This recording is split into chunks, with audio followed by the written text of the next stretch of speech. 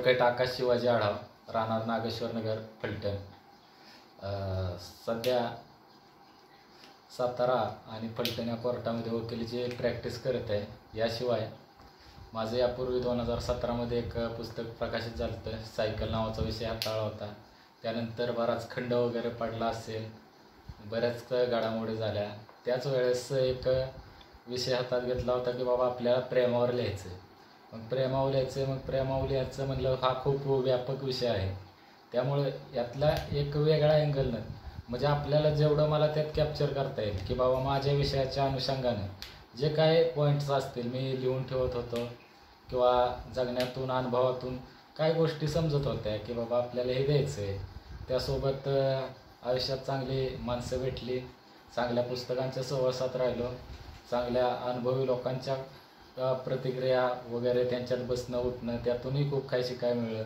बराच गॅप पडला होता आणि तसंही पुस्तक यायला खूप माझा उशीर झाला असं बी लोकांना वाटतं. बऱ्यापैकी हे पुस्तक आता जवळजवळ माझी 6 ते 7 वर्षांची मेहनत या पुस्तकामागं आहे.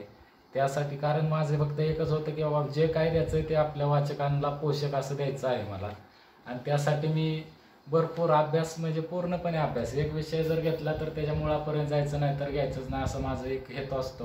आणि नक्कीच प्रेमाच्या काठावरचं पुस्तकाचं कादंबरीचं काल प्रकाशन झालं. खूप उत्कृष्ट असा सोहळा आणि एक नेत्रदीपक सोहळा काल पार पडला. त्याबद्दल जे काय माझे सर्व सहकारी असतील ज्यांनी मला सहकार्य केलं त्या सर्वांचं मी आभार मानतो. आणि इथून पुढच्या काळात माझे प्रत्येक वाचक म्हणजे जो कोण प्रेमाच्या काठावर वाचणार आहे याची कुणाची कसलीच निराशा होणार नाही असं मी गॅरंटी देतो. आणि जो वाचक हे वाचणार आहे त्याने पहिलं पान जर त्याने सुरुवात केली तर तो पार डायरेक्ट शेवटच्याच पानावरती थांबेल अशा पद्धतीचं या ठिकाणी लेखन मी केलेलं आहे. आणि एकदम सुटसुटीत लेखन केलं आहे. तुम्हाला कुठं पॉज घ्यायचा नाही किंवा काय करायचं नाही. ह्यात जी काही विरामचिन्ह जे आहे ती पण मोजकेच वापरलं. फुल स्टॉप सोडून तर मी दुसरं काय वापरलं पण नव्हतं. जी काही एक्स्ट्रा असेल ते आमच्या टायपिंग करणाऱ्या DTPवाल्यांनी केलेलं आहे. बाकी तुम्ही एकदा सुरुवात केली की सलग असं वाचू शकता. कथा कुठेही तुमची भरकटणार नाही. सगळे जे काय विषय असतील, एक धागा असेल, प्रेम हा जो काय धागा आहे त्याला बांधून सगळे प्रसंग एकामागोमाग एक आणि प्रत्येक प्रसंगातून मी माझ्या पद्धतीने एक संदेश दिलेला आहे. त्यातून काय घ्यायचं आहे काय नाही घ्यायचं आहे तुमचं तुम्ही ठरवायचं आहे. तुम्ही मस्तपैकी एन्जॉय करू शकता. हे वाचताना तुम्हाला थोडंसं धाडस पाहिजे.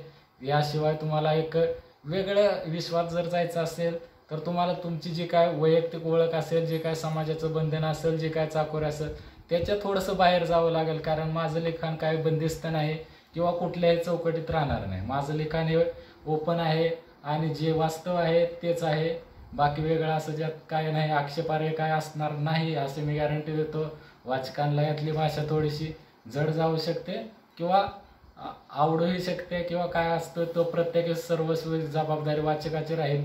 इथून पुढच्या काळामध्ये नक्कीच हे पुस्तक मला जेवढ्या उत्साहाने मी लिहिलेलं आहे, जेवढं प्रकाशित केलेलं आहे, जेवढा मी वेळ घेतला आहे तेवढ्याच यातून मला अशी अपेक्षा आहे की नक्कीच वाचकांना त्यातून काय भावेल आणि जास्तीत जास्त लोकांपर्यंत पोहोचेल. मला जास्तीत जास्त लोकांपर्यंत पोहोचण्याला महत्त्व नाही, जास्तीत जास्त लोकांनी ते वाचण्याला महत्त्व आहे आणि वाचल्यानंतर त्यातून काहीतरी घेण्याला महत्त्व आहे. नाही काय त्यातून घेतलं तरी तुमचा वाचल्याने फायदाच होणार आहे असंही मी गॅरंटी देऊ शकत नाही, पण त्यातून तोटाही होणार नाही हे सुद्धा सांगतो. आणि नक्कीच या कादंबरी जरी मी पूर्ण केलेली असली तरी मी शेवट टू बी कंटिन्यूड लिहिलं. याचा अर्थ असा आहे की नक्कीच अजून प्रेम हा विषय हाताळण्यासाठी नक्कीच भविष्यात अजून काही सरप्राईज असतील एवढंच सांगतो आणि थांबतो. धन्यवाद. जय भारत.